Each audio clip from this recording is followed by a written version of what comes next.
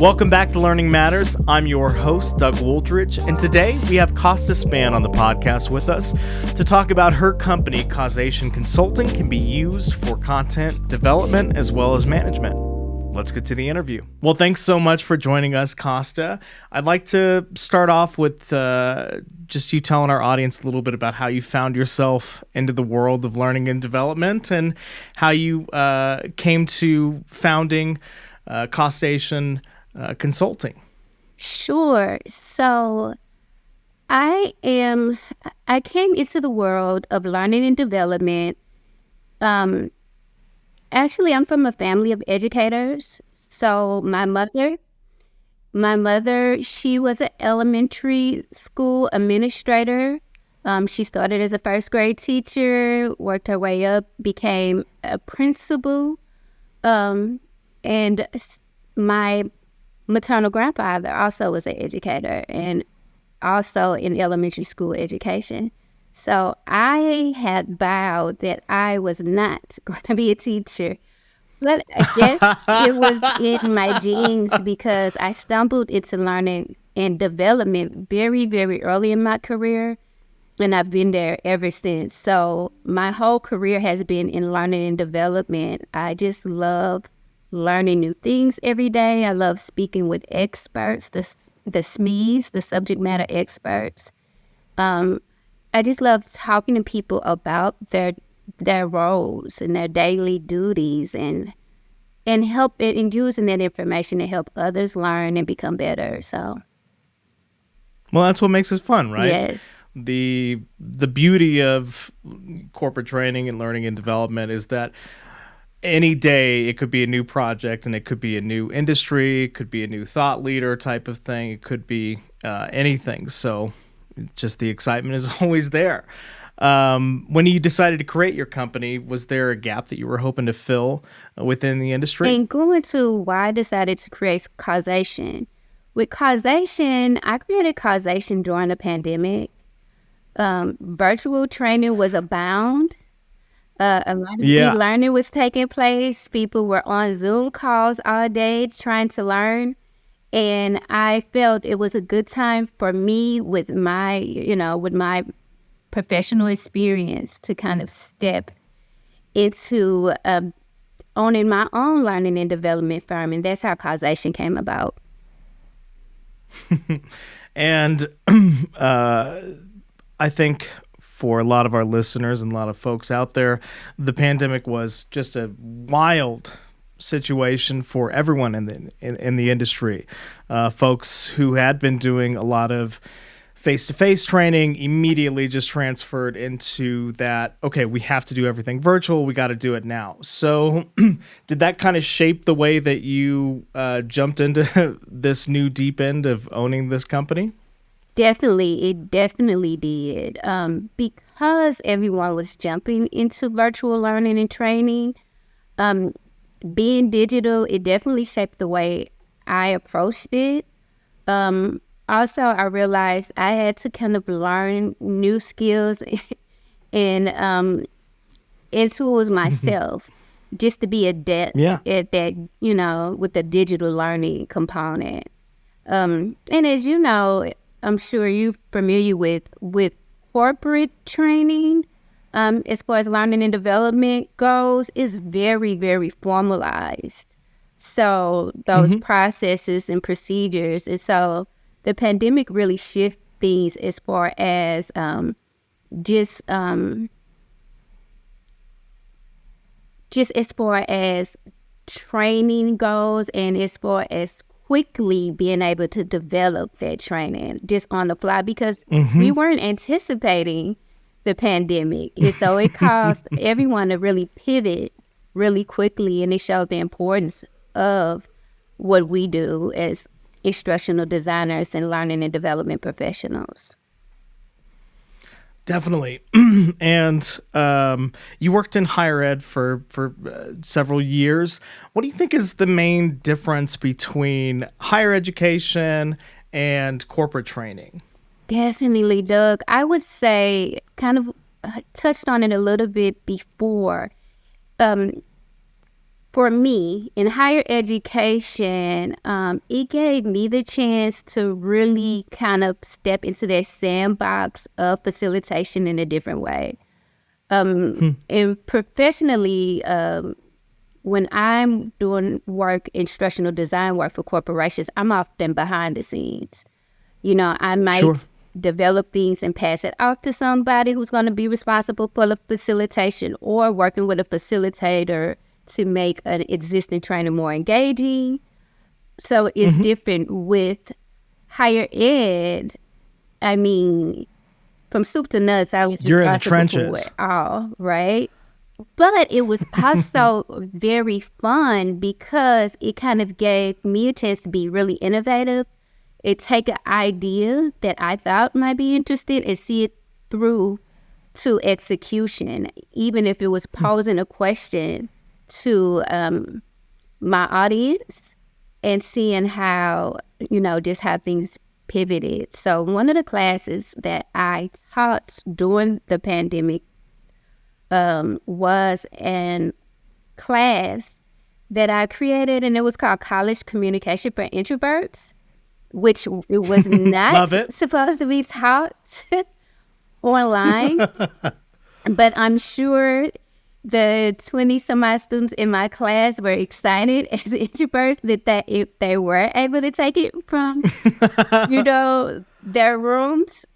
But that was a chance with higher ed where I really got an opportunity to see and throw a lot of ideas out there. We did a virtual show and tell.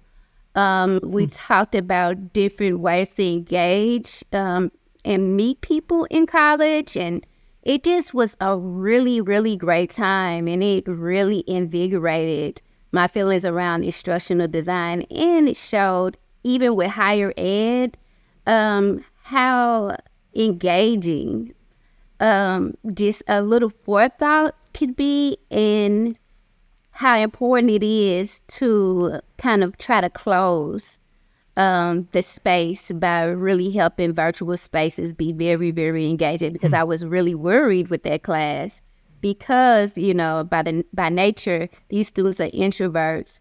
So, conducting this class in a virtual environment, I was a little bit nervous, but it turned out really, really well. Were there any type of techniques that you used to get them to open up and be participatory during these online settings? Yes, I think typically for anyone in that type of, for any learning and development professional or somebody who's teaching a course, I always say, letting your learners know that this is a safe space, that this here is kind of like a learning playground for you to learn and kind of get your scrapes as far as how to interact. And so that really helped by me letting them know that, hey, this is a safe space. Also, that class was unique in that everyone were introverts, right? So your struggles are all of our struggles, and this here could just be an environment where you can build confidence. And also you can create relationships here, meet friends. And so it really helps. A tip that I did give them was, as with everyone, meeting friends and meeting people who are passionate about the things that you are passionate about makes things much easier. So kind of focusing on who you are, your gifts, your interests, can really help let your guard down as far as developing those relationships. So that was a really good tip that I shared in that class too. Wise words for sure. And on the opposite side of things, in the more corporate training style, what are your techniques for making that type of training more engaging? Behind the scenes, like you said, is a little tough to really gauge how things are going to go during the execution of the training. How do you make sure that learners are set up for success? So I take a tip from Stephen Covey. I always begin with the end in mind.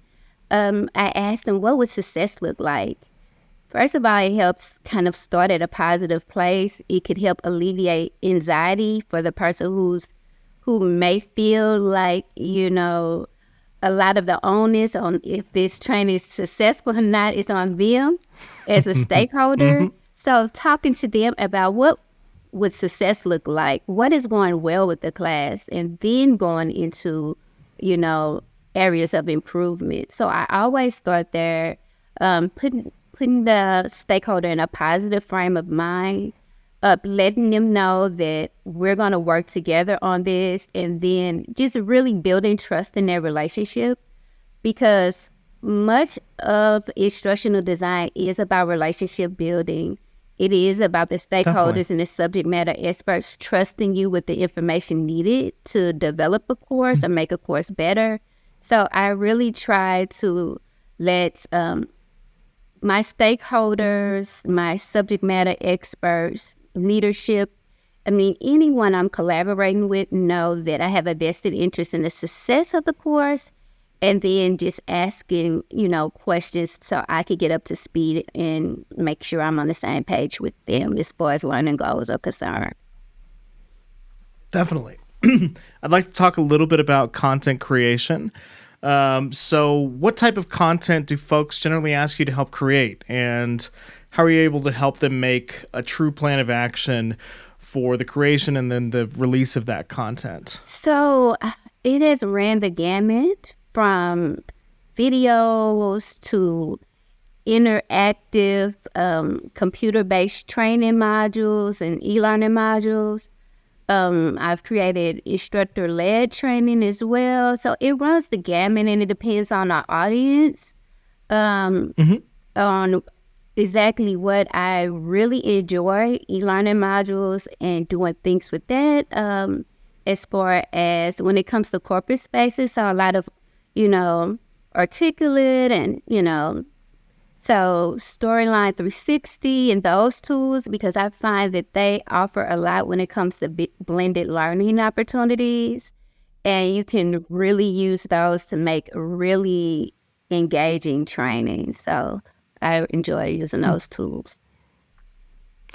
Let's shift a little bit to human resources. When I was doing a little bit of research, I noticed that you spent quite a bit of time back in school doing human resources. And I feel like mentioning HR to some folks seems like a very scary thing. And as someone who is well-versed in HR, what is it that makes a great HR team, and how can that make or break a company? Oh, definitely. I would say an interest in people, just a vested interest in people and relationships. I think, again, in corporate environments, those relationships, those programs that HR can develop or have going, and just helping meet the needs of the workforce can really make an impact on the organization as a whole, and especially when it comes to attrition.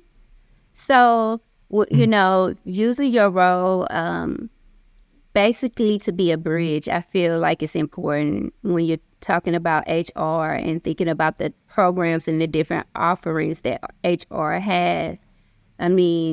Just about the employee as a whole when it comes socially, because the employees are the social capital of an organization. And so whether it's their wellness programs or, learning and development like we have been speaking about today, I feel like with HR, it's really important just to think about the entirety of an employee, even if it's work-life balance, right? So seeing them as a whole person, and then, being a bridge between the resources a corporation has and that employee, I think really helps make a great HR team. And DEI is something that a lot of companies are finally starting to really embrace. How far do you think we've gotten, and where do you think the future is for companies really getting into the idea of having diverse opinions, diverse folks coming into the organization, and really opening up a more transparent way of building a company, not just from the leadership side of things, but also just from all of the employees? Yes, I think with DEI, there's always room for growth, right? Just generationally, we have a lot of different generations in the workforce now. And so there's always room to learn and grow from each other. I think social media too, the advent of social media shows how different we are and how different opinions and views can be. So with DEI, I think, corporation or organization, just knowing the values of that organization and really promoting just the workforce being cohesive and collaborative. I think DEI is important because where there's diversity, there's innovation. And all organizations, you want an innovative team. You want a team that can creatively, problem solve problems. And a group of diverse individuals are going to have lots of different ideas, and they're going to come up with something really, I'm sure, great and creative. And so I think that's why diversity is necessary, because really to have a cutting edge and to have just an advantage in the workforce, different people working together on a singular problem, it always produces outstanding results. So yes, I definitely feel, there's always room to grow with DEI, and there's always space for it in organizations. Definitely. I feel like a lot of leadership over the last, decade and a half have finally started realizing, oh my gosh, we've been just missing out on this. Like having an open dialogue with different ideas, different folks, just allows us to come up with better solutions much quicker. So I think that's the most exciting part about it, is that, we're finally getting to a point of where corporations as a whole are open to the idea, to the point of where they're like, oh my gosh, we've been missing out on this forever. And why are we doing things like we were before? So before I get you out of here today, one last question for you. If you could work with one industry, what would be the most exciting in your mind? Oh, if I could work with one industry, I would say tech. Because it moves so fast. And I love that. I think working in learning and development, in Silicon Valley would definitely, I definitely feel like there are a lot of opportunities there. I mean, whether a startup or an established organization, a tech company focused on learning and development is an exciting, organization to work for. So if I had to pick one, I would say tech. But of course, I've worked in lots of different industries, and they all are very cool. And I feel like anybody working in learning and development is an eager learner. I mean, you have to be to kind of stick it out and stay in learning and development. So I have just a natural curiosity in lots of industries, but if I had to choose one, I would say tech. Well, that's a great choice, and just being open to new learning every day really makes this job a pleasure. So thank you so much, Kausta, for joining the podcast today, and really looking forward to keeping an eye on Kausation Consulting and seeing what you come up with in the future. So thank you so much. Thank you. Great talking to you today, Doug. Thanks so much for listening. As always, like and subscribe wherever you get your podcasts. And don't forget to sign up for our newsletter, The Buzz, to keep up with all things L&D. See you next time.